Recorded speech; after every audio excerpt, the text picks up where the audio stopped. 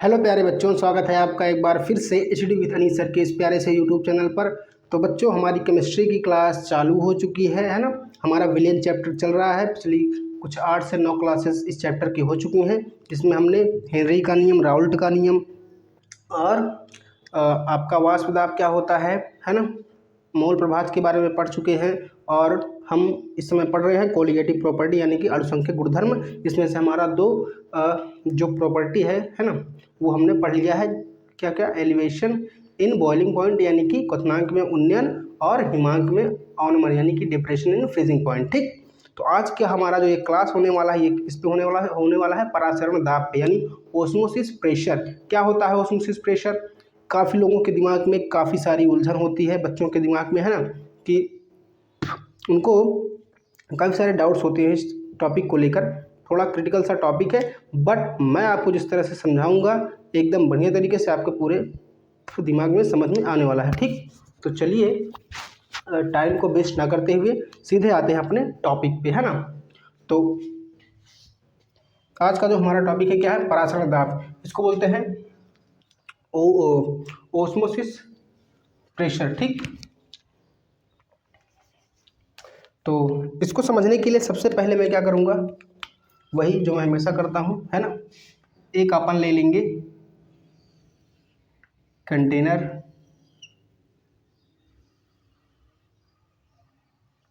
ठीक।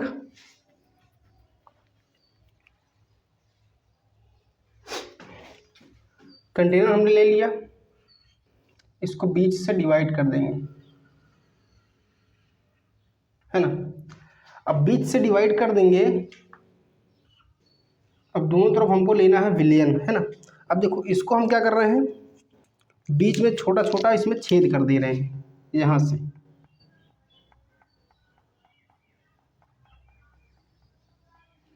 ठीक, ये हमने क्या कर दिया, इसमें छोटा छोटा सा छिद्र कर दिया।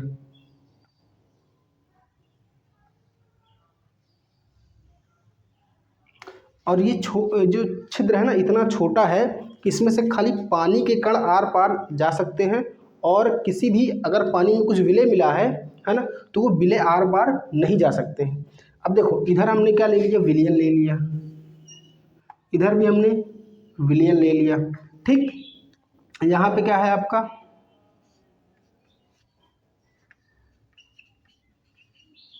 विलयन है ना। अब विलयन में एक तरफ जल, मतलब जल है, और कुछ विलेय पदार्थ इसमें मिला हुआ है ना। कुछ मान लो शुगर, चीनी के थोड़े बहुत कण, है ना। ठीक, और ये वाला विलयन जो है, ये भी क्या है, विलयन है ना।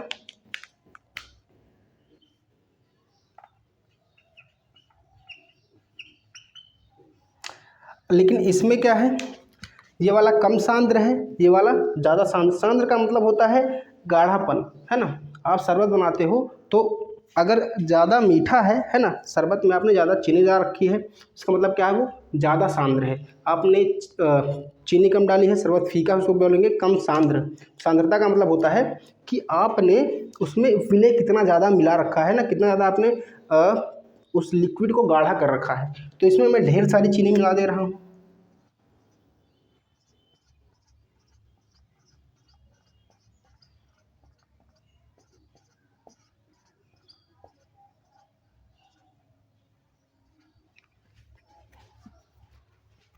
ठीक, अब क्या होगा,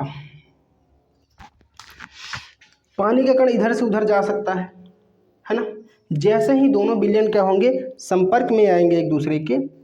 अब मेरा क्वेश्चन ये है आपसे कि देखो, ये जो शुगर है ना, चीनी के कण है, ये तो झिल्ली के पार जा नहीं सकते इधर से उधर, है ना। पानी के ही कण इधर से इधर आ सकते हैं, इसमें का इसमें जा सकता है। लेकिन क्वेश्चन मेरा आपसे ये है कि यहाँ पे क्या होने वाला है। अब ये हमारा कौन सा विलयन है, यह है हमारा कम सांद्र, यह है हमारा अधिक सांद्र विलयन। ठीक, तो पानी का बहाव मतलब कि पानी के कण का जो परासरण होगा, वो कम सांद्र से ज़्यादा सांद्र की तरफ होगा कि ज़्यादा सांद्र से कम सांद्र की तरफ होगा। चलिए इसको यहीं पे छोड़ते हैं क्वेश्चन, पहले आते हैं आपने 11th क्लास में थर्मोडायनेमिक्स जो चैप्टर था है ना ऊष्मागतिकी, उसमें आपने पढ़ा होगा जीरोथ लॉ के बारे में। क्या? जीरोथ लॉ है ना। उसमें उन्होंने बताया था कि अपने पास दो, मान लो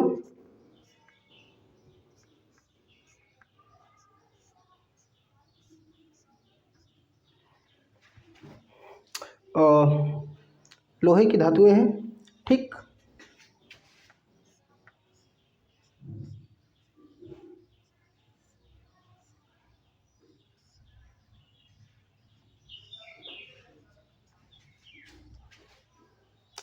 एक क्या है, बहुत ज़्यादा मतलब बहुत ज़्यादा हीट नहीं है, मान के चलो 25 डिग्री सेल्सियस है। अगला क्या है, मान के चलो 100 डिग्री सेल्सियस है, ठीक। अब दोनों का जो टेम्परेचर है वो क्या है, अलग अलग है ना।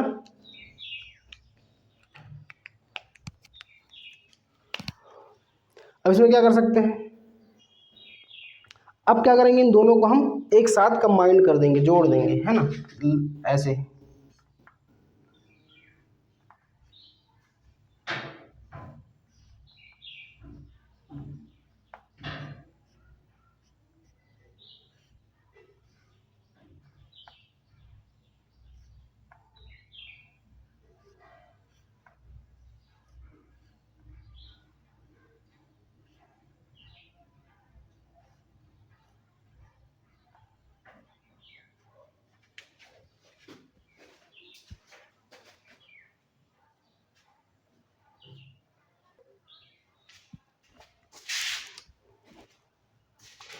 देखिए दोनों को क्या करेंगे, कंबाइंड कर देंगे, है ना। जब कंबाइंड कर देंगे तो आप देखेंगे, है ना, कि धीरे धीरे क्या होगा, ऊष्मा का ट्रांसफ़र होना चालू हो जाएगा, है ना। अब ऊष्मा का ट्रांसफ़र किससे किस में होगा, तो जिसके पास तापमान ज़्यादा है ना, उसका जो तापमान है वो घटने लगेगा, और जिसका तापमान कम है उसका क्या होगा, बढ़ने लगेगा। मतलब इसका इंक्रीज़ होने लगेगा और इसका क्या होगा ना, डिक्रीज़ होने लगेगा। और एक टाइम ऐसा आएगा जब दोनों का जो तापमान है वो क्या हो जाएगा, इक्वल, यानी कि अपना 125 है ना टोटल है। तो इन दोनों को डिवाइड करने पर जितना जितना आएगा, है ना, दोनों का तापमान उतना ही हो जाएगा, इक्वली दोनों को हो जाएगा, है ना। तो ये तो रही क्लास 11th की बात, है ना, ऊष्मागतिकी यानी थर्मोडायनेमिक्स की बात। अब बात करते हैं यहाँ की, है ना। तो यहाँ पे भी क्या होने वाला है, सेम चीज़ होने वाला है। कैसे? अब देखो यहाँ पे क्या होगा, हमको ये ज़्यादा मीठा है ना पानी है, और ये कम मीठा, मतलब ये जो शरबत है वो ज़्यादा मीठा है, ये कम मीठा है। तो हमको क्या करना है, दोनों को इक्वली मीठा करना है ना, दोनों को इक्वली सांद्र करना है। तो या तो एक तरीका ये है कि इसमें से हम शुगर के कण इसमें लेके आए, है ना, बराबर करें, जितना इसमें है उतना इसमें भी करें। लेकिन वो हमारे लिए पॉसिबल नहीं है, क्यों? क्योंकि ये जो अर्ध पारगम्य, इसको क्या बोलते हैं, सेमी परमिएबल मेम्ब्रेन, है ना, SPM, ठीक। यानी कि इसको हिंदी में बोलते हैं अर्ध पारगम्य झिल्ली, ठीक, अर्धपारगम्य झिल्ली, है ना। अब इसके जो छिद्र है ना इतने छोटे हैं कि यहाँ से पानी के कण तो इधर से उधर जा सकते हैं, लेकिन हमारा जो शुगर है ना, यानी विलेय, उसके कण आर पार नहीं जा सकते। मतलब यहाँ से हम शुगर को यहाँ नहीं भेज सकते, है ना। तो एक तरीका ये है जो कि हमारा पॉसिबल नहीं है। दूसरा तरीका क्या है कि हम यहाँ से जल को भेजना चालू करें, है ना। जब यहाँ से जल को भेजना चालू करेंगे, जैसे आपने क्या हुआ, एक गिलास चीनी लिया, है ना,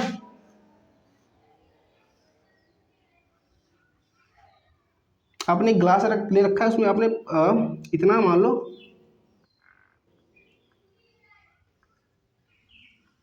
इतना शरबत ले रखा है ना, और इसमें कुछ चीनी मिली हुई है ना।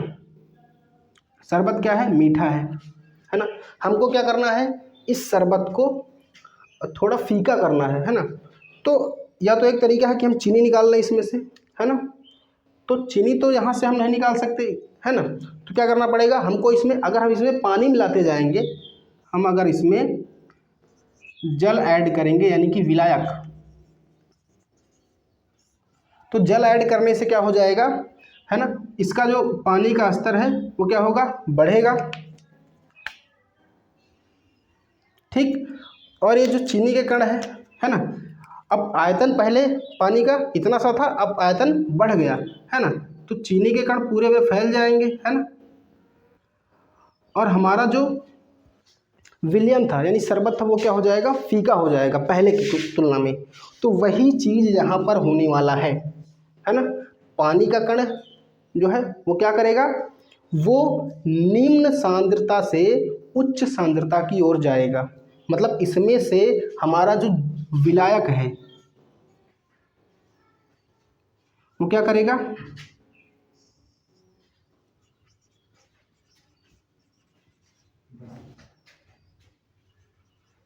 निम्न सांद्रता से उच्च सांद्रता की ओर जाएगा, यानी कि इसमें का आयतन क्या होगा, पानी का घटता चला जाएगा, इसका आयतन क्या होगा, बढ़ता चला जाएगा, है ना, और जिससे क्या होगा, ये फीका होता चला जाएगा और ये मीठा होता चला जाएगा।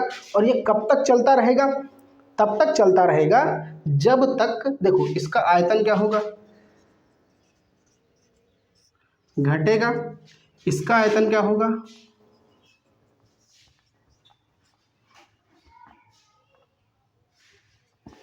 वो बढ़ जाएगा पानी का। ठीक, तो ये तब तक होता रहेगा जब तक ये जो विलयन है और ये जो विलयन है दोनों की सांद्रता क्या हो, बराबर ना हो जाए, है ना, तब तक ये प्रक्रिया क्या होगी, ऐसे चलती रहेगी चलती रहेगी, और एक समय बाद क्या होगी, खुद रुक जाएगी।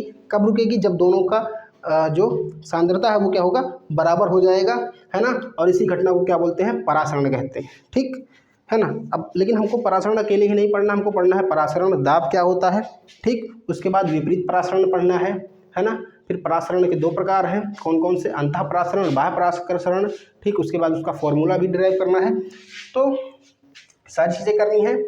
अब इसकी अगर डेफिनेशन की बात करें, है ना, तो परिभाषा हमारी क्या हो जाएगी,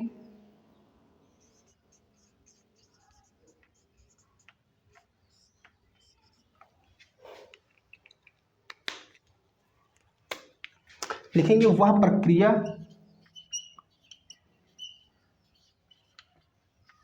जिसमें शुद्ध विलायक के कण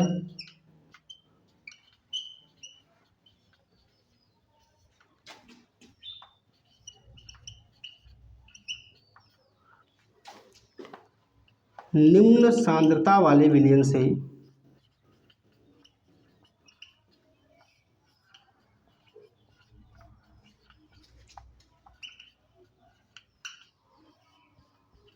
उच्च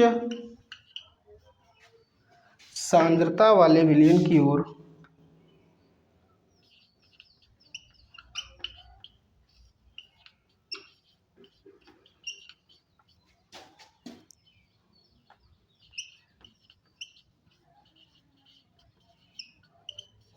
अर्धपारगम्य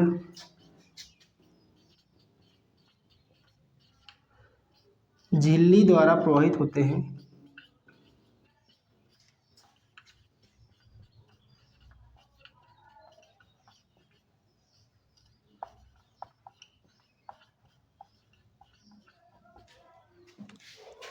क्या कहलाती है, परासरण कहलाती है।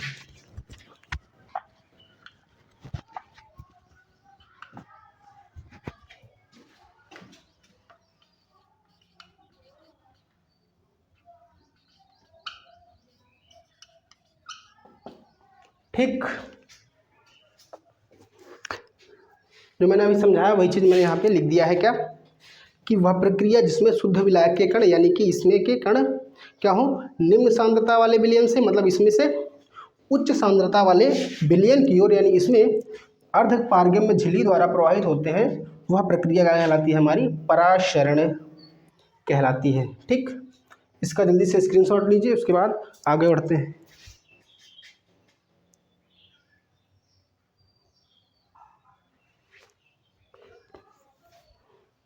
चलिए अब आते हैं कि परासरण दाब क्या होता है ना। अब देखिए वह घटना जो इस परासरण की प्रक्रिया को क्या करे, रोक दे, है ना, उसको अपन क्या बोलेंगे, परासरण दाब, है ना। अब इसको कैसे रोका जा सकता है, अब देखो परासरण किस तरफ हो रहा है, निम्न सांद्रता से उच्च सांद्रता की ओर, मतलब जो हमारा जल का कण है यहाँ से यहाँ जा रहा है ना। अब क्या करेंगे, यहाँ से हम क्या करेंगे, एक पिस्टन लगा देंगे,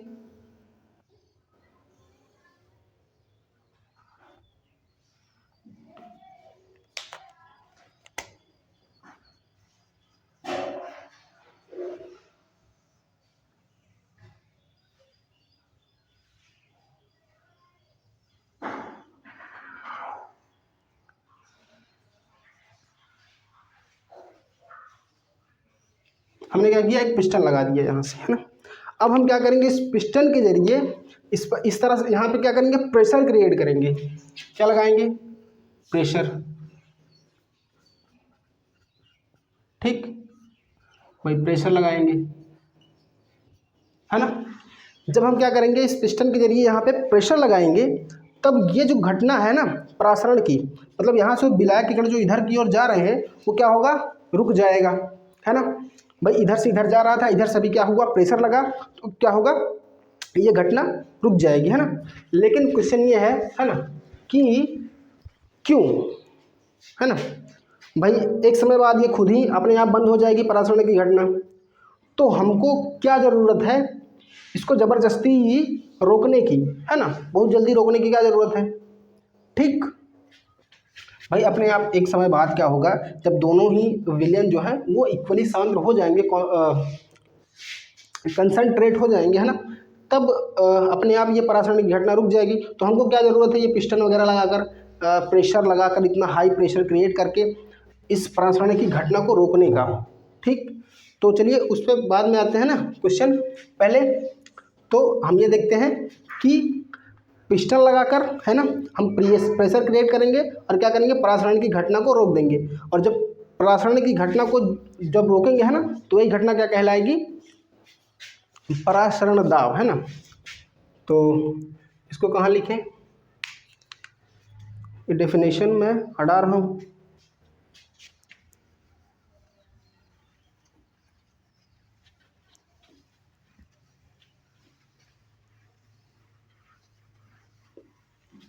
परासरण दाब की परिभाषा क्या हो जाएगी, वह प्रक्रिया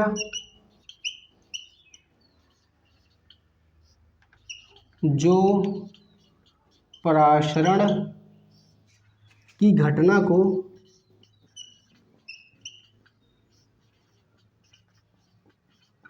रोक दे, परासरण दाब कहलाती है।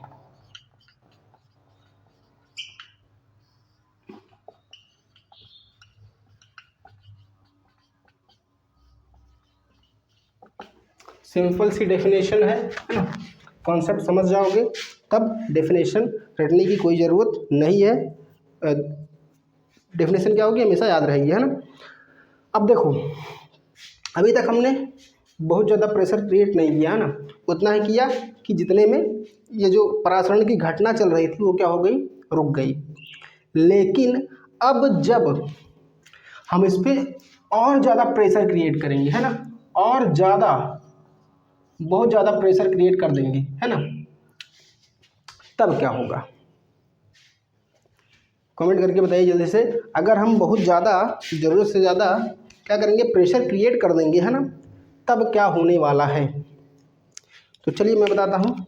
अब ये जब प्रेशर बहुत ज़्यादा हाई क्रिएट हो जाएगा, है ना, तो ये जो प्रसरण की घटना है ये क्या होगी, परिवर्तित हो जाएगी। यानी कि अब क्या होगा, विलायक का जो कण है वो उच्च सांद्रता वाला जो कण था ना विलायक का, वो अब यहाँ से उच्च सांद्रता से निम्न सांद्रता की ओर आना स्टार्ट कर देगा, ठीक। भाई इसमें जो विलायक के कण थे, अभी देखो पहले क्या था, निम्न सांद्रता से उच्च सांद्रता की ओर जा रहा था, हमने इधर पिस्टन लगा के प्रेशर क्रिएट कर दिया, तो क्या हो गया, परासरण की घटना रुक गई, है ना। अब हम क्या कर रहे हैं, इसमें और ज़्यादा प्रेशर क्रिएट कर रहे हैं, तो अब क्या होगा, जो घटना इधर से इधर हो रही थी अब वो इधर से इधर होने लगेगी, यानी कि विलायक का कण यहाँ से यहाँ आने लगेगा, है ना। तो यह जो घटना है इसको क्या बोलेंगे, इसको बोलेंगे प्रतिपरासरण यानी कि विपरीत परासरण, है ना। मतलब अब क्या हो रही है, परासरण के उल्टा काम हो रहा है, यानी कि रिवर्स ऑस्मोसिस, ठीक, प्रतिपरासरण। अब देखो प्रतिपरासरण को समझने के लिए आपने आरओ देखा होगा, है ना।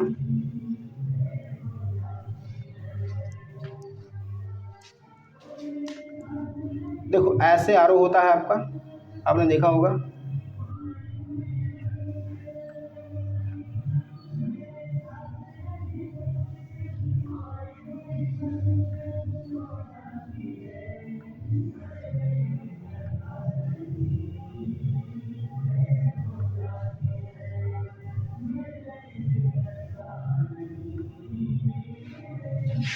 ये मान लो एक आरओ मशीन है, ठीक।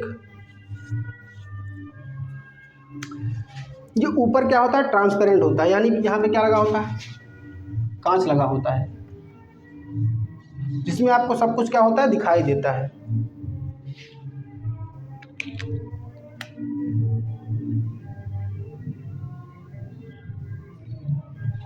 ठीक, ऊपर उन्होंने क्या लगा रखा होता है, कांच लगा रहा होता है, और आप उसमें जब देखेंगे तो यहाँ पे ढेर सारी मशीनें आपको दिखाई देंगी, तार वार ऐसे निकले होंगे, है ना, कुछ ऐसे ढेर सारी मशीनें आपको अंदर की ओर दिखाई देंगी, है ना। और वो मशीनें इतनी ज़्यादा पावरफुल होती हैं कि वो क्या करती हैं, इतना ज़्यादा प्रेशर क्रिएट करती हैं कि क्या होता है, अगर अब देखो यहाँ पे क्या भरा होता है, पानी भरा होता है आपका,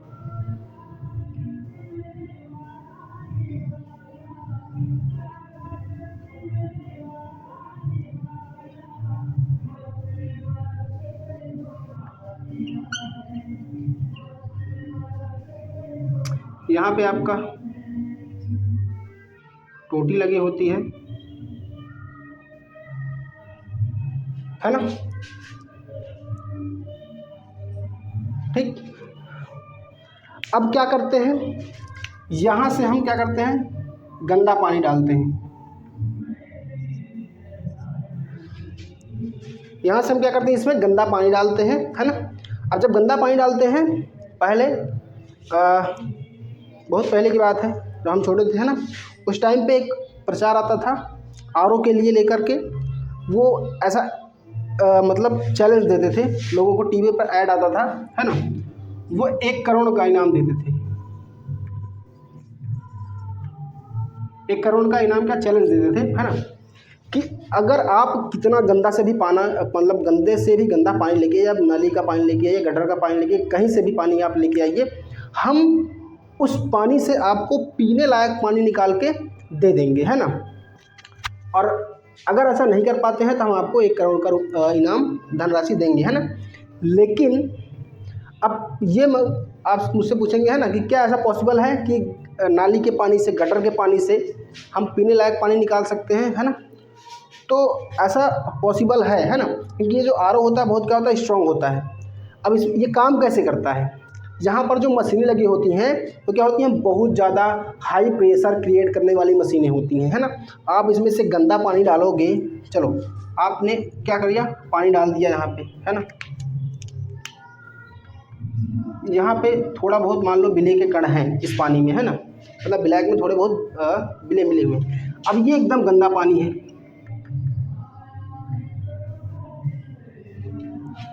ठीक, ये एकदम गंदा पानी आपने इसमें डाला, और ये बीच में क्या लगा हुआ है, सेमी परमिएबल मेम्ब्रेन, यानी कि अर्धपारगम्य झिल्ली जैसा कुछ लगा रखा है, ठीक, वही लगा रखा है। अब क्या होगा, यहाँ से प्रेशर क्रिएट किया जाएगा,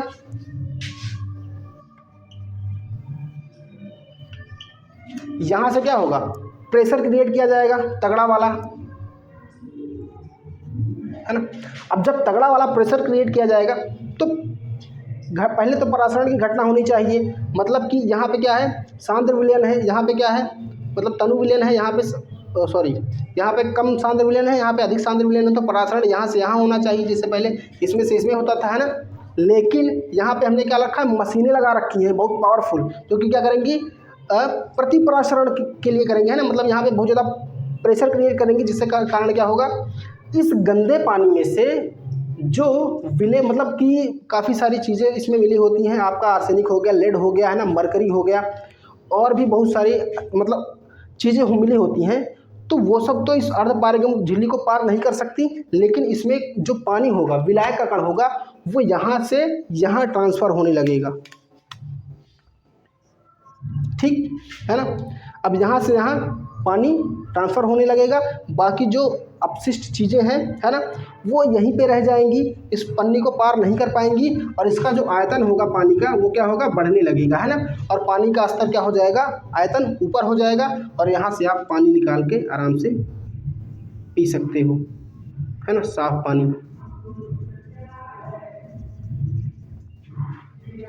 ठीक। अब देखो, ये जो पानी आप पीते हो, है ना, इसमें काफ़ी सारी चीज़ें होती हैं जो हानिकारक होती हैं, जैसे कि आपका आर्सेनिक हो गया, लेड हो गया, मरकरी हो गया, है ना। तो ये सब क्या होती हैं, बहुत खतरनाक होती हैं, जहरीली होती हैं, है ना, जो कि पानी में पाई जाती हैं। तो ये सारी चीज़ें तो क्या होती, क्या किया जाता है, इस आरओ के द्वारा इसको क्या किया जाता है, रोक दिया जाता है ना, इसको अलग कर दिया जाता है पानी से। लेकिन पानी में कुछ ऐसी भी चीज़ें होती हैं जो आपके बॉडी के लिए क्या होती हैं, लाभदायक होती हैं। अब ये जो आरओ है ना, इसकी इतनी क्षमता नहीं है कि वो अच्छी और ख़राब चीज़ों को अलग अलग कर सके, है ना, मतलब उसे पहचान कर सके। तो ये जो बुरी चीज़ें हैं, है ना, जो आपके शरीर के लिए हानिकारक है, उनको तो रोकती है, साथ में जो अच्छी चीज़ें हैं, है ना, जो बॉडी के लिए बढ़िया होती हैं, उनको भी रोक देती हैं। जैसे कि अपना क्या हो गया, सोडियम हो गया, है ना, मैग्नीशियम हो गया, पोटेशियम हो गया। ठीक। तो ये सब लाभ, ये सब क्या है, हानिकारक है,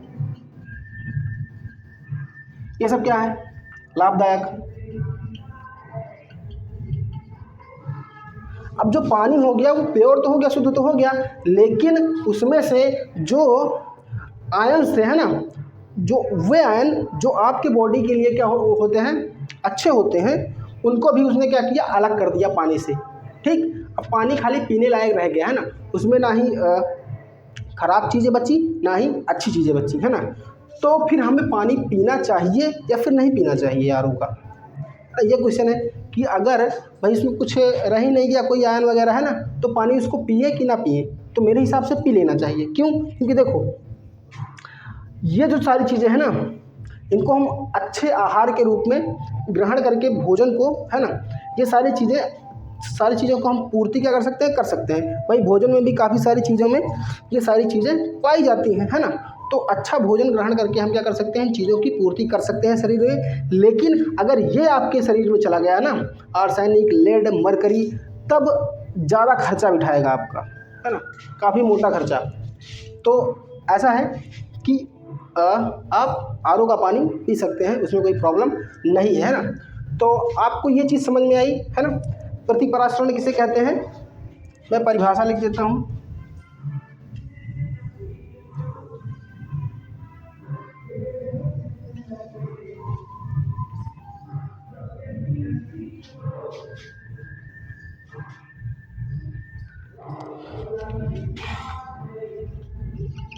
जब विलायक का कण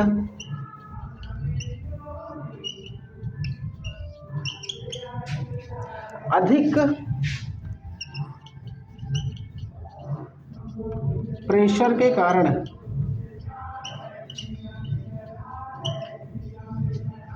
क्या हो, उच्च सांद्रता से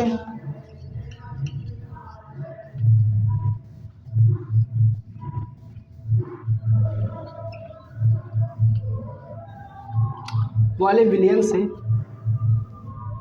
निम्न सांद्र वाले विलयन की ओर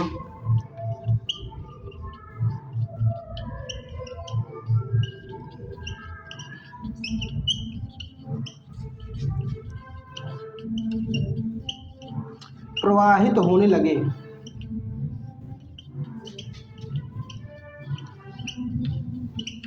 वह घटना विपरीत प्राशन कहलाती है।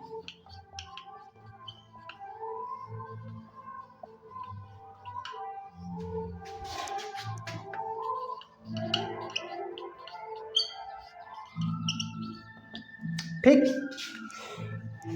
जब परासरण की घटना क्या हो, विपरीत होने लगे, मतलब कि उच्च सांद्रता से निम्न सांद्रता की ओर होने लगे, उसको क्या बोलेंगे, विपरीत परासरण, यानी कि ओस्मोसिस प्रेशर। ठीक, सॉरी, रिवर्स ओस्मोसिस, ओस्मोसिस है ना, यानी कि विपरीत परासरण। इसको आरो भी बोलते हैं। पहली बात तो क्या नाम है इसका, आरो। तो आरो का मतलब होता है रिवर्स ओस्मोसिस।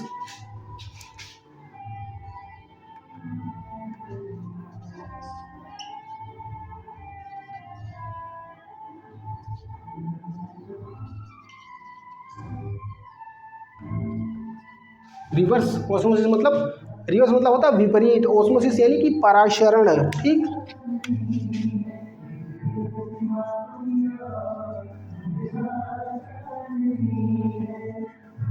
आज आपको समझ में आया होगा कि इसको आरओ क्यों बोलते हैं, क्योंकि यहाँ पे क्या होता है, विपरीत पराशरण होता है ना, मतलब उच्च सांद्रता से जो पानी का कण है वो निम्न सांद्रता की ओर जाता है ना। और ये क्या घटना हमारी कहलाती है, विपरीत पराशरण, यानी कि रिवर्स ओस्मोसिस, उसी का शॉर्ट फॉर्म है आरओ।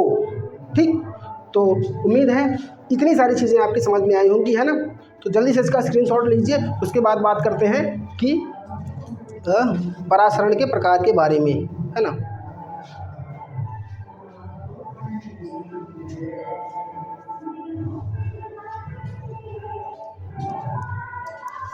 चलिए अब क्या करते हैं, इसको इरेज कर लेते हैं। आपने स्क्रीनशॉट ले लिया होगा बढ़िया से, है ना। अब बात करेंगे कि परासरण के प्रकार के बारे में।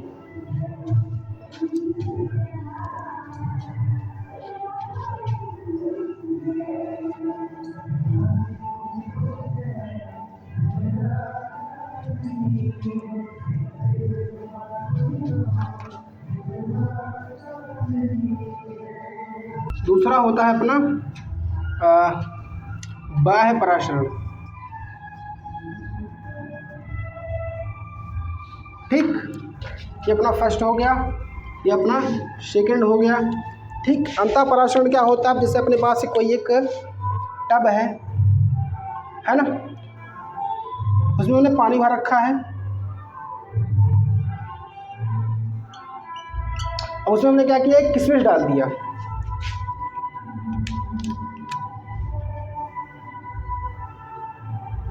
ये क्या है, किशमिश है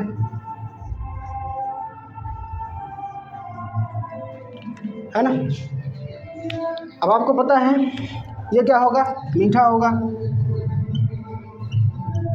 मतलब ये क्या है, उच्च सांद्रता वाला।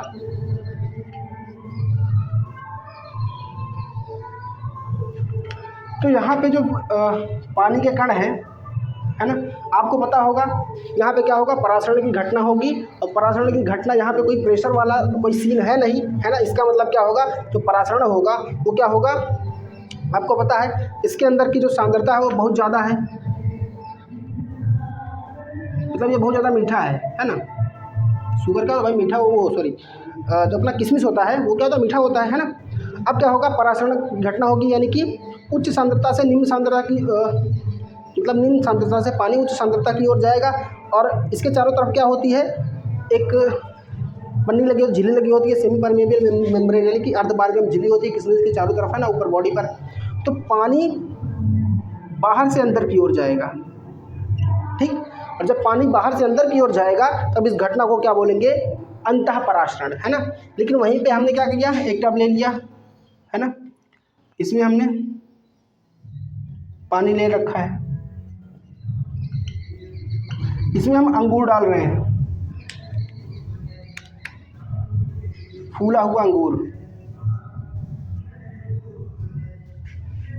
अंगूर ज़्यादा मीठा कि किशमिश, है ना। तो आपको पता होगा किशमिश ज़्यादा मीठा होता है अंगूर से, है ना। अब यहाँ पे भी अंगूर भी क्या होता है भाई, मीठा तो होता है। हम क्या कर रहे हैं, बाहर का जो पानी है ना उसमें ढेर सारा नमक मिला दे रहे हैं।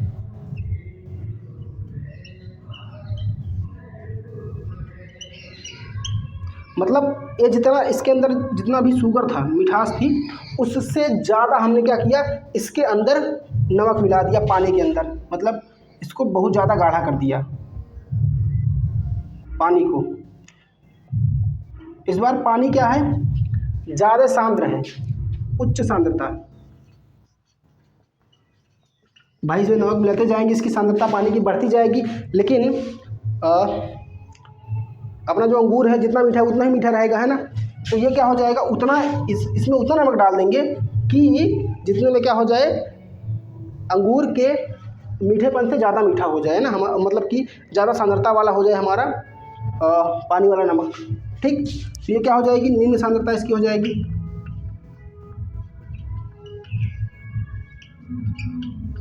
ऐसे में क्या होगा, इस बार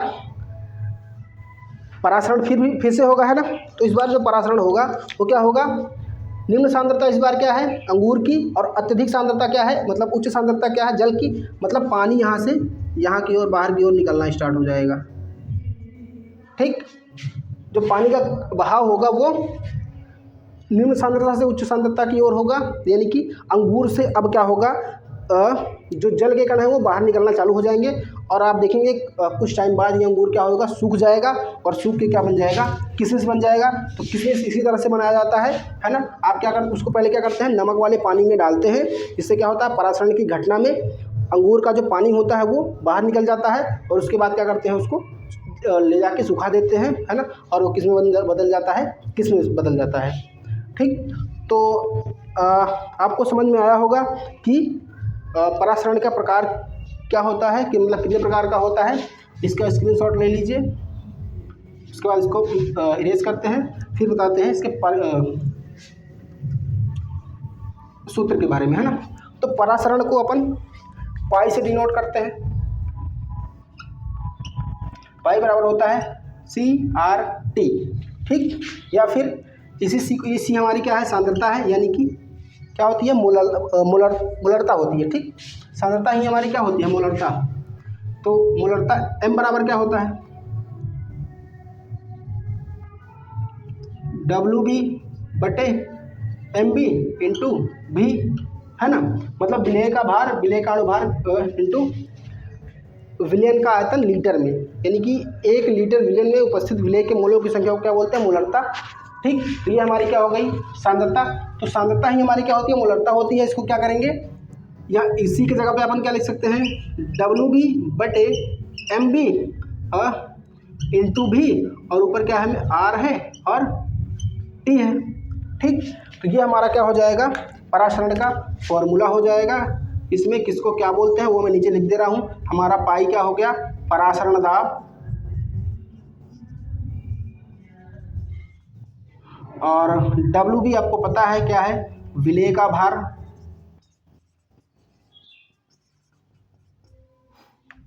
MB क्या है, विलेय का अणुभार,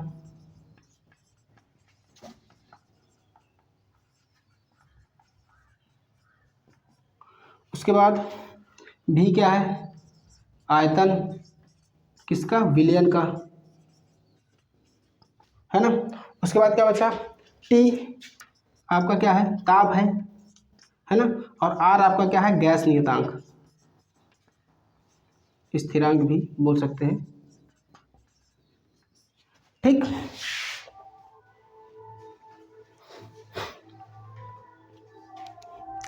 R की जो वैल्यू होती है यहाँ पे फिक्स होती है, क्योंकि गैस स्थिरांक है। तो R बराबर होता है अपना 0.0821, है ना। और इसका जो मात्रक मैं यहाँ पे लिख रहा हूँ, R बराबर 0.0821, है ना, लीटर ATM। उसके बाद पर केल्विन पर मोल। ठीक, यही होता है। हाँ भाई, ये हमारा क्या होगा, आयतन लीटर में, ये हमारा क्या हो गया, दाब हो गया। ठीक, ये हमारा ताप के लिए हो गया, और ये हमारा क्या हो गया, सांद्रता। सारी चीज़ें क्लियर हैं, है ना। तो ये R का मान होता है, और ये इसकी यूनिट होती है जो आपको याद रखनी है। ठीक, तो परासरण आपका यहीं पे क्या होता है, ख़त्म होता है। और इसके न्यूमेरिकल करने हैं, पहले लिखना। हमारा एक और अणुसंख्य गुणधर्म बचा हुआ है, जो कि हमारा क्या है, वाष्प दाब का अपेक्षिक अनुमान, उसको करने के बाद हम क्या करेंगे, चारों ही क्वालिटेटिव प्रॉपर्टीज़ जो है उसकी हम क्या करेंगे, न्यूमेरिकल लगाने वाले हैं, है ना। तो वीडियो पसंद आई हो तो वीडियो को लाइक करके चैनल को सब्सक्राइब कर लेना और मिलते हैं नेक्स्ट वीडियो में। तब तक के लिए बाय, जय हिंद।